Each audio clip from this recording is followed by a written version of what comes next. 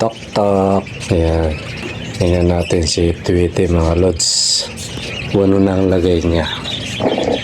Grabe talaga si Tweety mga lods. Talagang anak o inakay. Talagang namumulaklak mga idol. At take note mga lods, buhay lahat. Kaya nga kalupit si Tweety. Yan ang alaga natin mga lods. Let it, bang, bang. Magandang araw mga lods. Ayan, tingnan muna natin si Tweety. Kung ano ang lagay. Ayan mga lods. Grabe talaga to si Tweety mga lods. Ano talaga? Pag nag-anak to, grabe talagang mag-inakay mga lods. Talagang itong ibon natin na yan, number 1 siya na breeder natin na pinakamahusay. Ayan, although pinalit muna natin si Quing Quing. Pinalit ko, pinag-swap ko yan eh. Yung pares niyan nandun kay Quing Quing. So si Quing Quing hindi ayaw niya. Nahanap pa rin siguro si Tweety mga lods. Ayan mga lods, ang ating alagang sobrang sipag mga lods. Ayan mga lods, lang naman yung inakay natin ayan, dumadami na naman. Pinakain ko lang sila kanina totally kung susukatin ko yon nasa 1 baso siguro. Yung katamtamang laking baso. Isipan ko medyo kita ko gutom na naman mga ibon mga lods. Kaya ayan, nagpakain tayo ng ibon mga lods. Ayan mga lods. Tapos ko lang na may singit ko lang yung kay Lods Rodolfo Toralba. Ayan. Sabi niya ni Lods, ang daming mag-iibon na vlogger, di man lang nila ma-picture kung bakit nilagyan ng uka yung bilog yung flooring ng sa loob ng nest box. Sabi niya, lalo na sa parakeets. Totally Lods, kung talagang taga-subaybay kang dito, yan, nababanggit ko yan. Yung mga una kong vlog, hindi ko na nga lang matandaan kung yon. Kasi matagal na rin yun. Nabanggit ko yan mga lods. At saka kahit ako marami na rin akong na mga vlogger na na naringgan ng ganon. Yung kay Habi ni Daddy, hindi ko lang matandaan kung alin video yun kasi pinapanood ko dati yon. Yun, may sinasabi siya ron na inuuka. Totally na yan mga lods. Baka hindi mo lang natsatsambahan. Ngayon, kung bakit hindi madalas, nagtataka bakit pag di ba yung pag-umpisa ng kagaya ko, di ba, nag-vlog tayo ng paano ba mag-umpisa, pag nest box yan, yung paglimlim niya, bakit hindi na natatapik. Lods kasi, Lods, Rodolfo Toralba, yan. Shout out sa'yo, Lods. Kasi yan parang common sense lang. Ito, para sa lahat. Ganito kasi yun mga lods.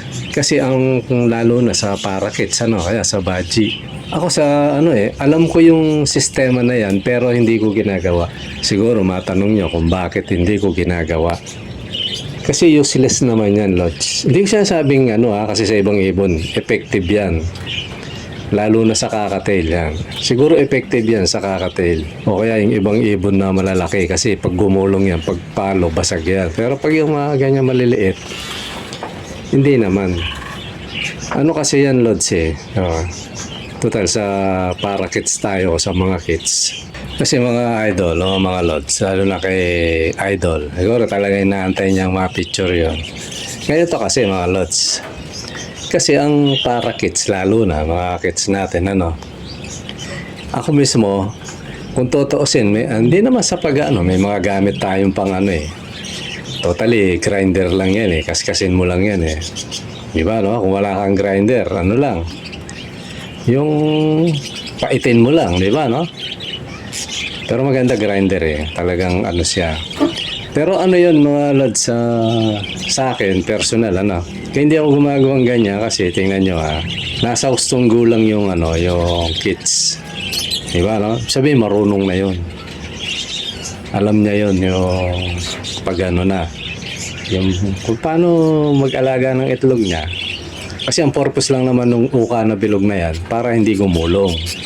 Tapos ang sabi ng iba, yung mga anak para hindi raw nakakumpol na gano'n pag nga naman nilukuban niya Pero sa katotohanan sa mga lods, ito alam ng mga mag-iibon lalo na sa mga parakeets.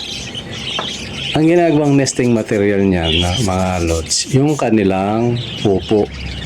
Di ba? Yun, pag tumigas yun, parang batong maliliit, parang gravita. So yun yung niya.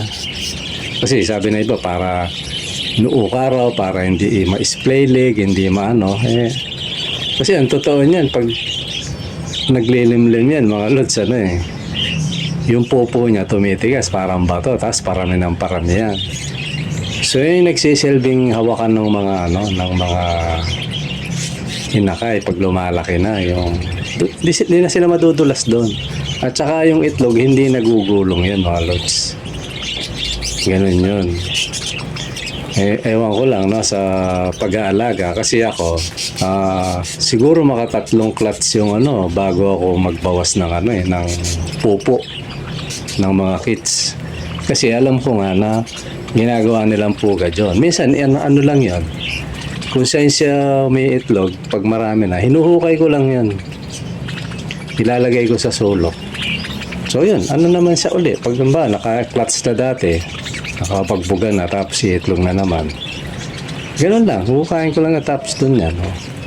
Hanggang sa mapisa.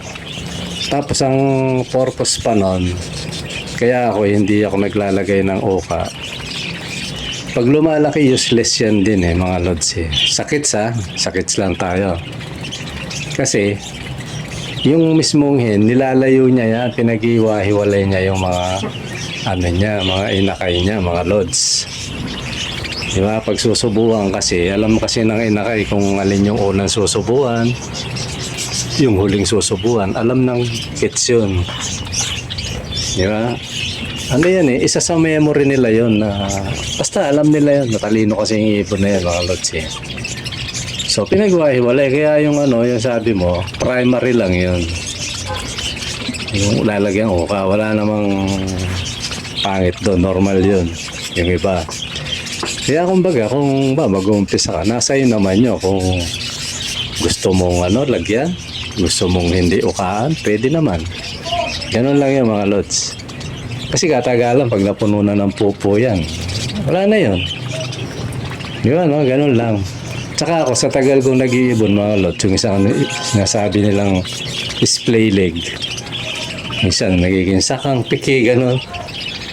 Karamihan sakang, di ba na display leg nga.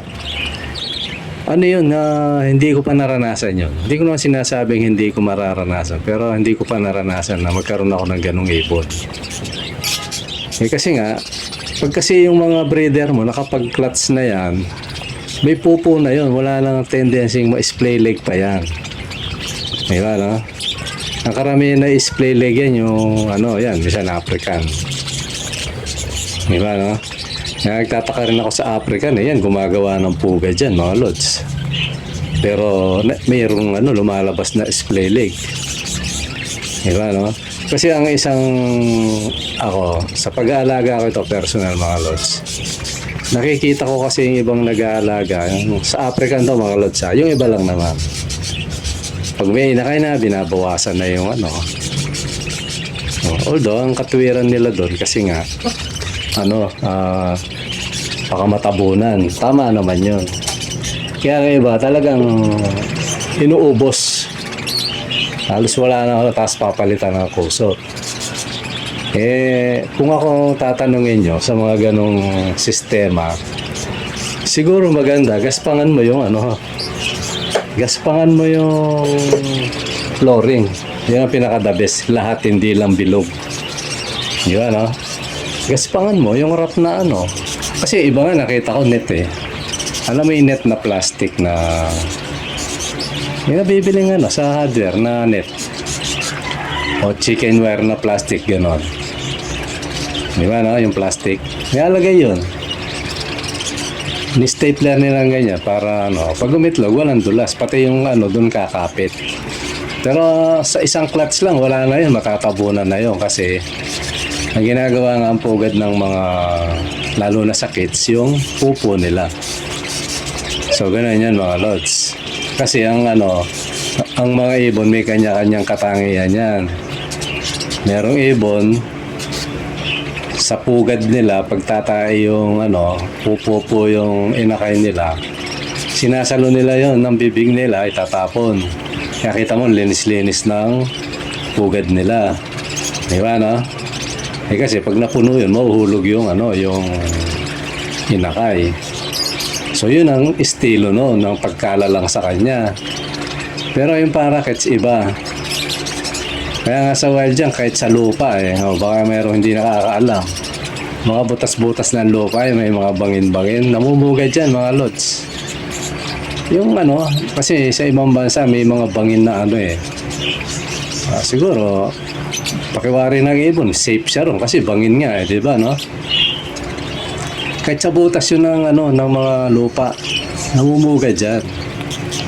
Ganun yun mga idol. Kaya kumbaga sa akin para sa akin lang to mga lods wala namang issue doon kaya may butas kaya wala. Kasi isang clutch lang magkakaroon na ng yan sa kakatain niya hindi man dumami pero didikit kasi yun mga lods So pag dumikit na yun, magaspang na yung yung flooring di iwas display leg na tsaka iwas gulong na ng itlog. Ganun lang yan mga lods. Ayun, na ko lang kasi kasi nga nabasa ko yung comment ni Lods. Si Lods lang siguro dahil may alaga rin to si Lods si Rodolfo Torralba, yan. May alaga rin to kaya siguro yung sa kanya ganun, nalagay niya ng uka. Totally yan ito baka hindi lang ako yung may ganung pangyayari. Bala ko lagyan dati yung sa akin. Lagyan ko kaya. Nakakalimutan ko Ilang beses yun. So hindi ko kasi wala namang epekto sa alaga ko Siguro, maglalagay ako ng ganyan na uukaan ko kung halimbawa, tagilid yung pugad mo, hindi libilado. No? Ang dilim nandito sa sulok. Pag itlog ng gugulong, basag. Yun. Baka pwedeng yun, lagyan ko. Pero hindi pa rin siguro kasi ililibel ko lang naman yung yung pugad. Sa mga hindi nakakaalam mga lods, ako kasi yan, kasi trabahador tayo mga lods Kahit pa paano may gamit tayo sa bahay, may grinder tayo. May barena tayong di kuryente, may wireless. Ibig sabihin kahit pa paano may gamit. Kaya pag naglalagay ako libilado yun mga lods. Ina-align ko yun. Mas minsan mas nilalagyan ko lang mas mababa kung saan yung sulok. Kasi dun yun butas tapos sa sulok, di ba?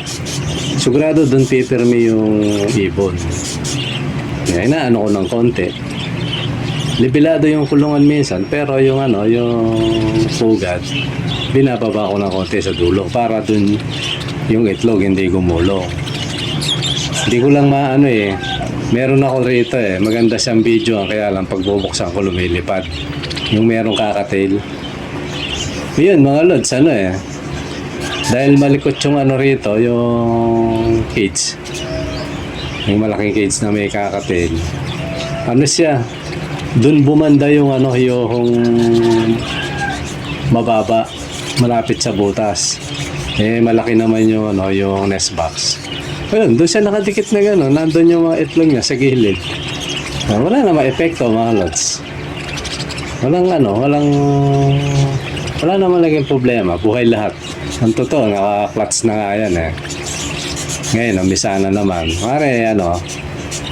Maring makikita nyo yan sa video. Dalawa na yata napipisa niya. Tapos si Quing, si Tweety, yan Parang balak pa niyang pisain yung isa eh. Mas maganda. Diba, no? Ganun lang mga lods. Ano lang yan. Kumbaga parang sabi nga ng iba, huwag masyadong galingan kasi ganito yung mga lods. Ito, kwentuhan na lang tayo mga idol. Wala namang offending, no? Offending lang, lang, kwentuhang ibon lang mga lods. Sabi nga ng kasabihan sa amin, pag tumira ka, huwag mo masyadong galingan. Diba, no? O bakit kasabihan sa amin yun? Huwag mo masyadong galingan. Eh kasi pag napuna ka, wala ka na igagaling. Kinalingan mo na eh. Di ba ganun yung mga idol, no?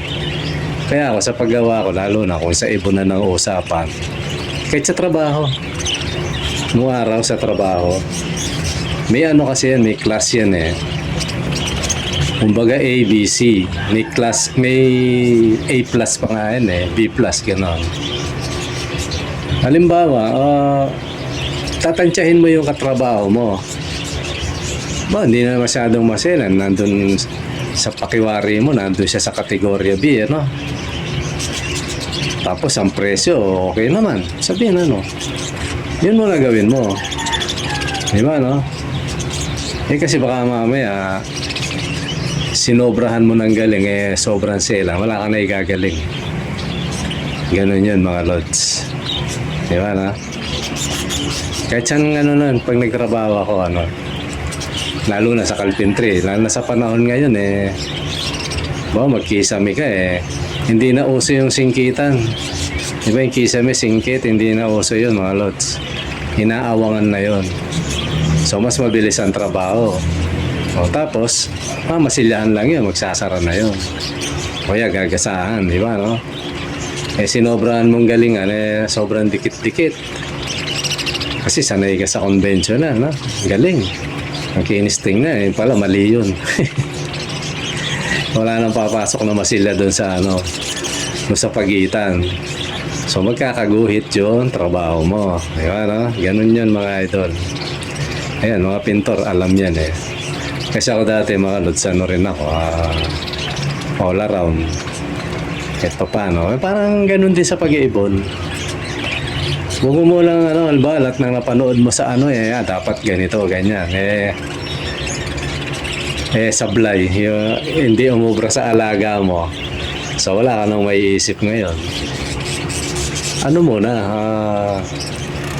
alam mo yung, kumbaga, di ko lang kayang kung ano yung gusto kong ipunto mga lods eh.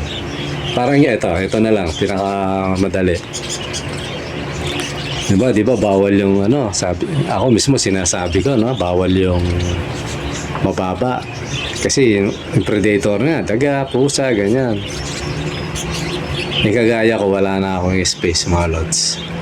So, mapipilitan ako ngayon na ibaba. So, puproteksyonan ko na lang, di ba, no? Di obserbahan ko yung ibon. Totoo ba na pag ito nasa baba, hindi itlog? Awa ng Diyos, hindi naman totoo eh. Umitlog pa rin eh. Di ba, no? So, nasa paraan yun, mga lods. Pwede mo labagin yung rules niya, pero kailangan nasa paraan.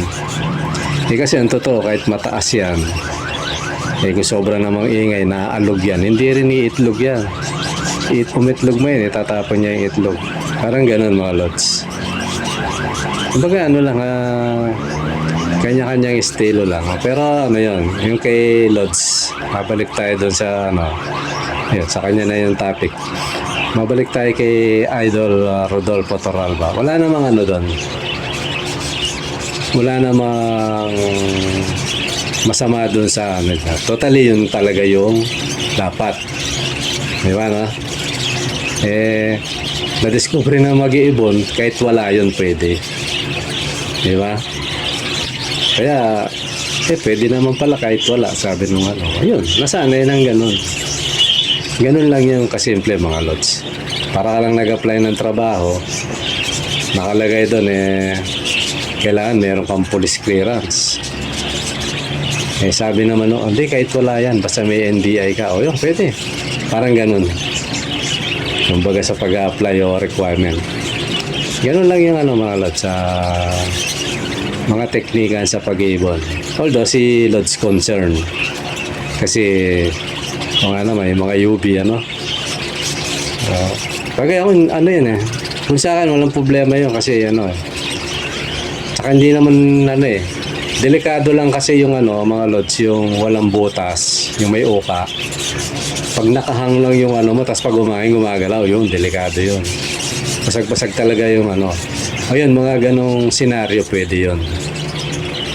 Pwede yung ganong may uka. Ayun, ganun lang yung itlog doon. Pero hindi sila gugulong.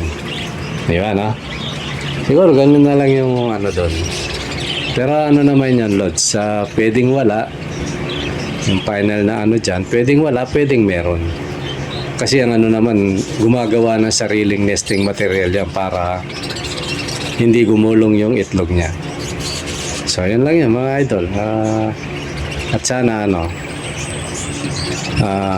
nakatulong din to sa mga ano natin, sa mga ka-UV natin, kumbaga.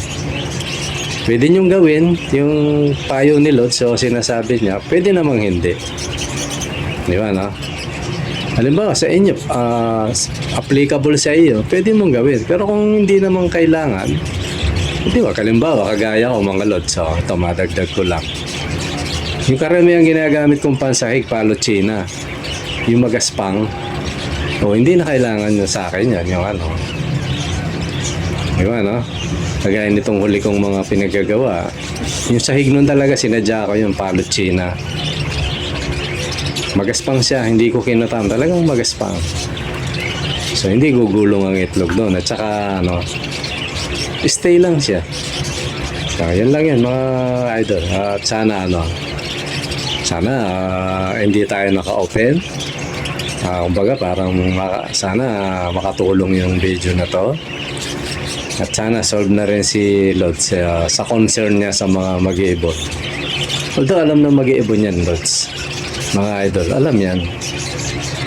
Yun nga lang nga sabi ko, na-discover nila kahit wala yun, pwede. Kaya hindi na nila pinairan.